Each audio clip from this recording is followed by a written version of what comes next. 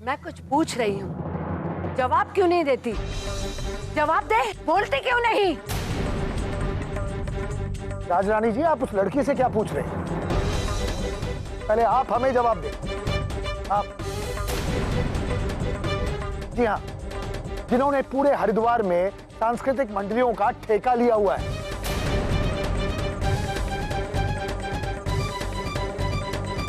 आपका बेटा इस मंडप के बीच हमारी बेटी को भगा कर ले जाता है और हम कुछ नहीं कर पाते। जिस बात का डर था वही हुआ। ए लड़की, बता, तूने रुद्र और पीहू को कहां भगा दिया?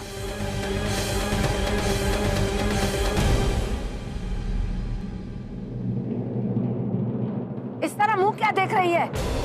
जवाब दे।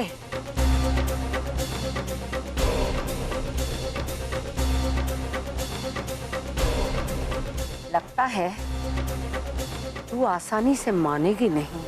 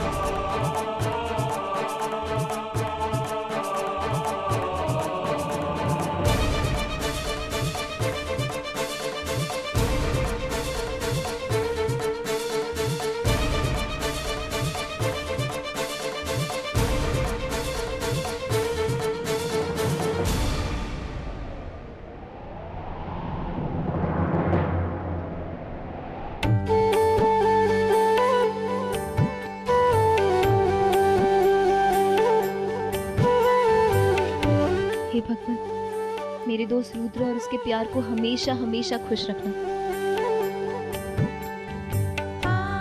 और जो सपना मैंने आज देखा, उसे कभी सच मत होने देना, वरना मैं अपने परिवार को क्या जवाब दूंगी। मेरा मकसद तो सिर्फ उन दो प्यार करने वालों को खुश देखना है, उन्हें मिलाना था। आज जो रुद्र के चेहरे पर मैंने अपनी वजह से जो हंसी देखी है, उसे देखकर मुझे लगा कि आज पहली बार सही मायने में मैंने अपनी दोस्ती निभाई है। बस शिव जी, अगर पीहू और रुद्र का प्यार एक दूसरे के लिए सच्चा है, तो उन्हें यूं ही हमेशा साथ साथ खुश रखना। जानती हो, जब हम किसी को सच्चे दिल से प्यार करते हैं, तो पूरी दुनिया उसे हमें मिलाने में लग जाती है। इसलिए मैं जानता हूं कि तुम मेरी हो और मुझे मिलोगी।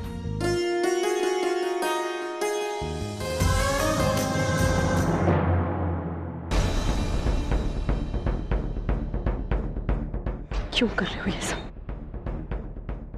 एक तो तुमने मुझे शादी के मंडप से भगा लिया, मजबूर किया मुझे, और इस कंधे से टांगी मिला के बिठा दी। शक्ल देखी टांगी वाले की, ऐसा लग रहा है कई दिनों से उसने ब्रश नहीं किया, स्मेल यहां तक आ रही है। तुम जानते भी हो वहां सब लोग कितने परेशान होंगे। माँ, पापा, प्रति, हम एक ही फैमिली को क्या जवाब देंगे? मुंह छुपाना चाहूं तो शायद हथेलियां कम पड़ जाए, और इन्हें जोड़ दूं तो शायद तुम मुझे माफ कर दो। मैं जानता हूं तुम्हारी मां भी नाराज होकर यहां से चली गई। मैं तुमसे वादा करता हूं कि तुम्हारे बीमार पिता के सामने सर झुकाकर मैं माफी मांगूंगा। तब शायद आज जो कुछ हुआ उसके लिए उसके लिए मैं तुमसे माफी मांग सकूं और तुम मुझे माफ कर दो।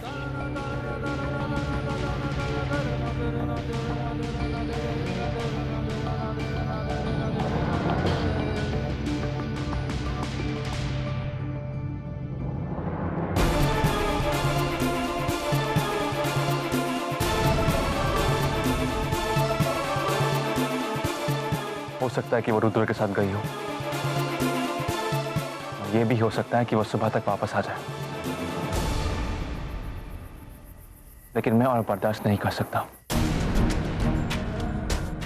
मेरी होने वाली बीवी शादी के दिन किसी और लड़के के साथ भाग गई और मैं खड़े खड़े देखता ही रहा। अब नहीं।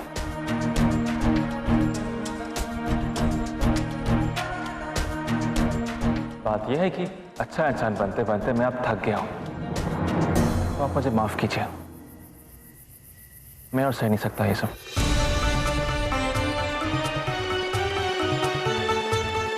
पर बेटा, पीहू अपनी मर्जी से नहीं भागी है। बेटा मैं जानता हूं उस पियक्कड़ मजनू ने ही उसे अगवा किया है।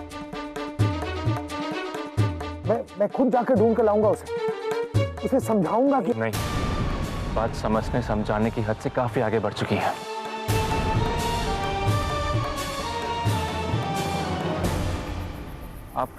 आप मुझे माफ कीजिए, आप मुझे माफ कीजिए, आप मुझे माफ कीजिए।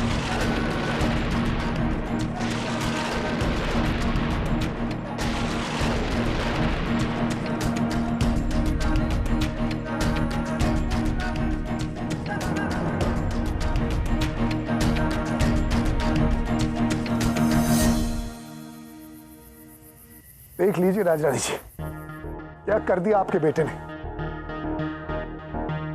पूरे समाज के सामने मुझे मुंह दिखाने के लायक नहीं छोड़ा। पूरे समाज के सामने हमारी पगड़ी उछाल दी उसने।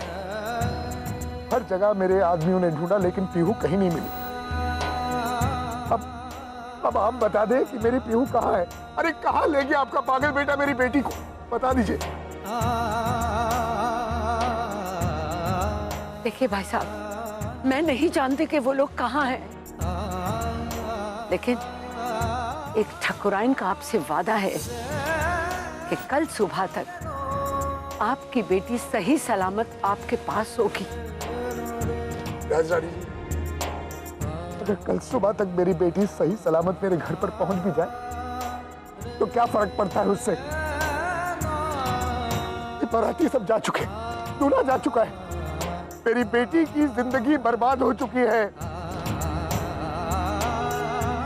और वैसे भी आपको क्यों फिक्र होने लगी। लेकिन याद रखिए, भगवान ने आपको भी एक बेटी दी है। भगवान न करे उसके साथ अगर ये होता तो आप पर क्या बीतती। देखिए भाई साहब, इस बारात का वापस लौटने का दुख हमें भी है। आप यकीन करिए, कल सुबह तक आपकी बेटी आपके पास होगी। जानकी, ये तेरी दीदी का तुझसे वादा है। ये वादा आपको निभाना पड़ेगा राजरानी जी, हर हाल में निभाना पड़ेगा, क्योंकि मेरी बेटी की अगर शादी होगी तो अभय से होगी।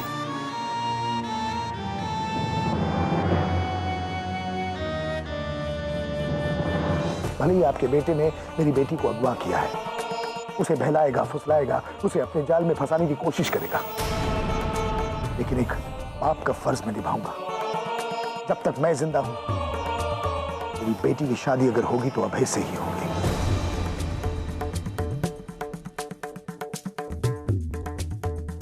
हम वादे के पक्के हैं। उल्टी गिनती शुरू कर दीजिए।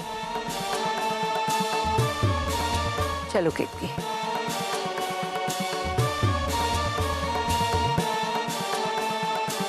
सबको वादा तो कर दिया मैंने, लेकिन समझ में नहीं आ रहा है कि कहाँ ढूंढूं रुद्र और पीहू को।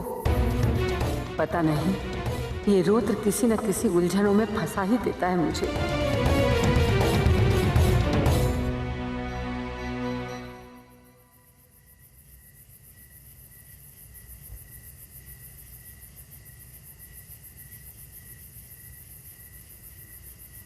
आओ।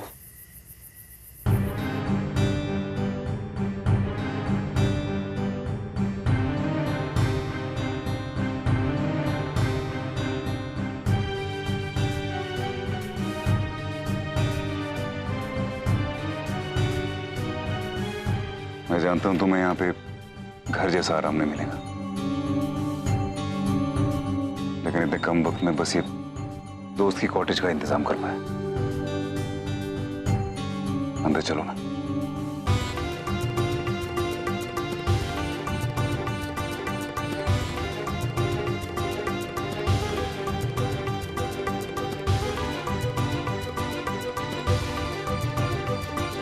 गुस्सा मत करो ना,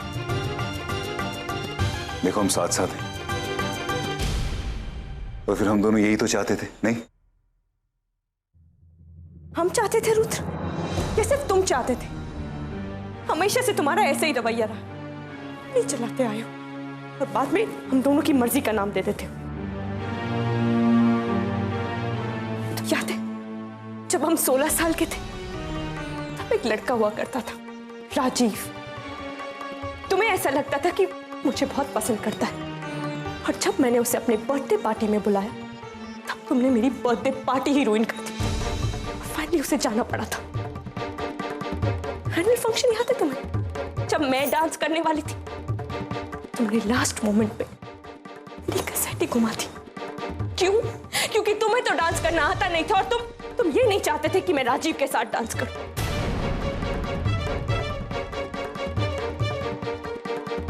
अब देखो क्या कर दिया तुमने। मैंने सोचा था कि तुम अपने आप को गोली से मारने वाले हो, इसलिए मैं तुम्हें बचाने के लिए चली आई थी। तुम्हारी जलन की वजह से मेरी शादी, मेरी जिंदगी, सब कुछ बर्बाद हो गया है रुद्र, सब कुछ। क्यों कर रहे हो तुम मेरे साथ ऐसा? क्यों मेरी जिंदगी बर्बाद करने पे क्यों तुले हो? क्यों?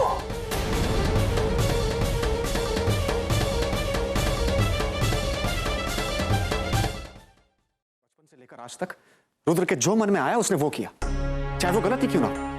कभी किसी की बात नहीं मानी। और माँ, आपने भी उसे कभी कुछ नहीं कहा। हाँ, मैं रत्नेश की बात से पूरी तरह से सहमत हूं, और इसीलिए आज मेरे कसम देने पर भी सिर्फ आपकी विनती पर मैंने अपनी कसम वापस लेकर आपको इस घर की दहलीज लांघने दिया। पर हुआ क्या इससे? रुद्र ने और एक तमाशा खड़ा कर दिया। अब कहां ढूंढेंगे हम रुद्र को? बाबूजी, ये सारी गलती माँ की है। इन्होंने सर पे चढ़ा रखा है रुद्र को।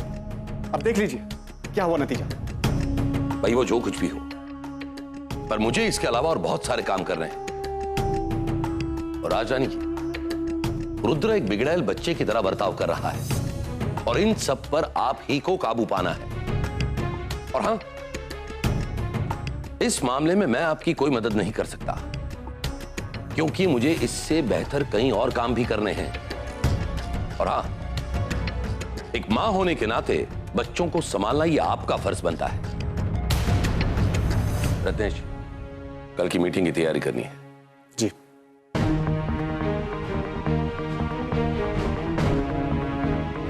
एक मां होने के नाते बच्चों को संभालना ये आपका फर्ज बनता है। ये सारी गलती माँ की, ये सारी गलती इन्होंने सर पे चढ़ा रखा है रुद्र। इन्होंने सर पे ये वादा आपको निभाना पड़ेगा, आपको निभाना पड़ेगा हर हाल में। और हाँ, इस मामले में मैं आपकी कोई मदद नहीं कर सकता।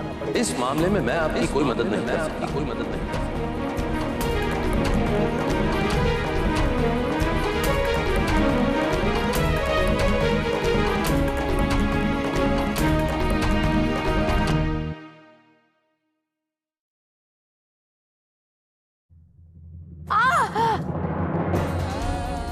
न जाने तुम अपनी जिम्मेदारियां कब समझोगी। अगर तुम में जरा सी भी समझदारी होती ना, तो हमारी उलझनों को सुलझाने में कुछ तो मदद मिलती। लेकिन तुमसे तो उम्मीद करना ही बेकार है। बस मेरी बॉडीगार्ड बन के फिरती रहो तुम। ऐसा नहीं कि बहू का फर्ज अदा करो। हमें कुछ मदद का जरिया बताओ।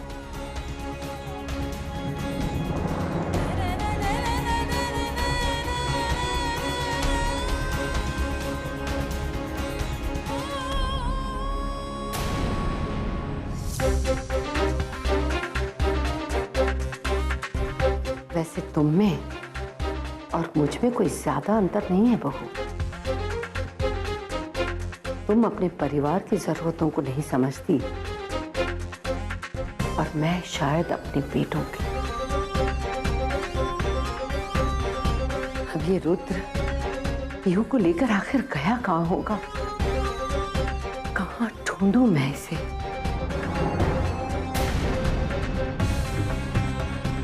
बिल्कुल वक्त नहीं है मेरे पास, लेकिन राज रानी हार नहीं मानेगी। हर हाल में मुझे उन दोनों को ढूंढना ही होगा। बस करो पीहू, हर चीज एरोगेंस से नहीं संभलती। अगर ऐसे ही था ना रुद्र, तो तुम्हें मुझे थप्पड़ ही नहीं मारना चाहिए था। तुम बहुत मीन हो रुद्र, तुम सिर्फ अपने बारे में सोच रहे हो, मेरे बारे में नहीं। जब मैं वापस जाऊंगी तो क्या सोचेंगे मेरे बारे में? मैं कितना एम्बैरेसिंग फील करूंगी, क्या क्या बातें करेंगे वो मेरे बारे में। प्योर लोगों की फिक्र है तुम्हें, मेरी कोई फिक्र नहीं। एक छोटे से झगड़े को तुमने इतना बड़ा कर दिया कि अभी से शादी करने को तैयार हो गई।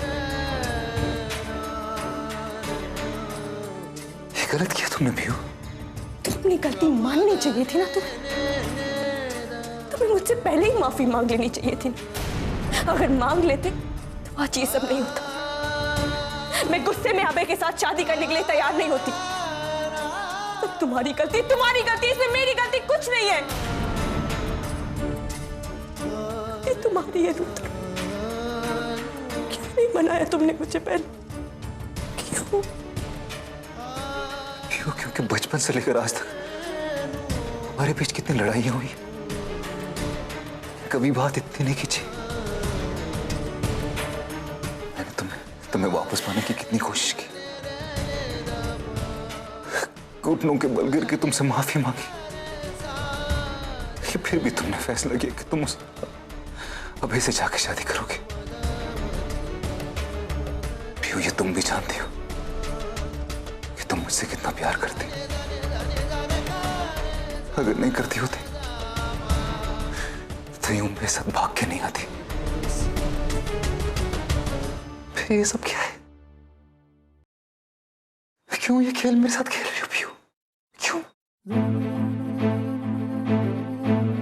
खेल खेल रही हूं मैं? कौन सा खेल? अगर ऐसी बात थी जब तुमने मुझे थप्पड़ मारा था, उसी वक्त अगर घुटनों के बल बैठ के माफी मांग लेते तो तुम्हारा क्या जाता? आज ये सब नहीं होता ना जो हो रहा है। जब मैंने फाइनली डिसाइड कर लिया कि मैं अभय के साथ शादी करूंगी, तुम फिर आकर मैं क्या करूं? मुझे कंफ्यूज कर रहे हो। मेरी जिंदगी हो पीहू, और हम दोनों के बीच में अगर कोई तीसरा आने की कोशिश करे ना तो मैं ऐसा होने नहीं दूंगा।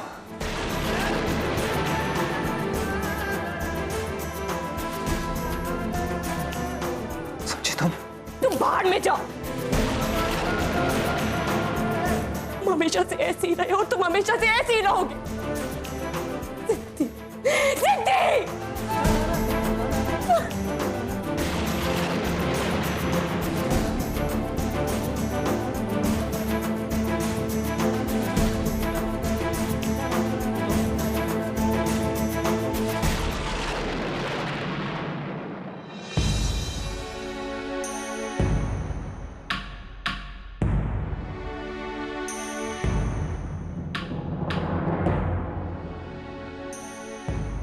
जगदीश जी, आप वही है ना जिसके टांगे में रुद्र और पीहू भागे थे? आपने उन दोनों को सही सलामत उनकी मंजिल तक पहुंचा दिया था ना? हाँ गौरी, साहब ने जैसा बोला हमने उन दोनों को सही जगह पहुंचा दिया है। चिंता की कोनो बात नहीं। पर वो दोनों ठीक तो है ना? पता नहीं उन दोनों ने अब तक कुछ खाया भी है या नहीं। हमका भी ये समझ में नहीं आवत है, तो सुनसान जंगल के बीचों बीच उस बंगले में उन दोनों लोगों को कैसे गुजारा होगा? वहां तो आसपास रात को कुछ मिलता भी नहीं है। जगदीश जी, आप मुझे वहां ले चलोगे? मैं रुद्र के लिए खाना ले जाऊंगी। पर तू साहब के वास्ते काहे के लिए परेशान हो रही है? हमका लागत है तू साहब से बहुत प्रेम करत है। संजोग से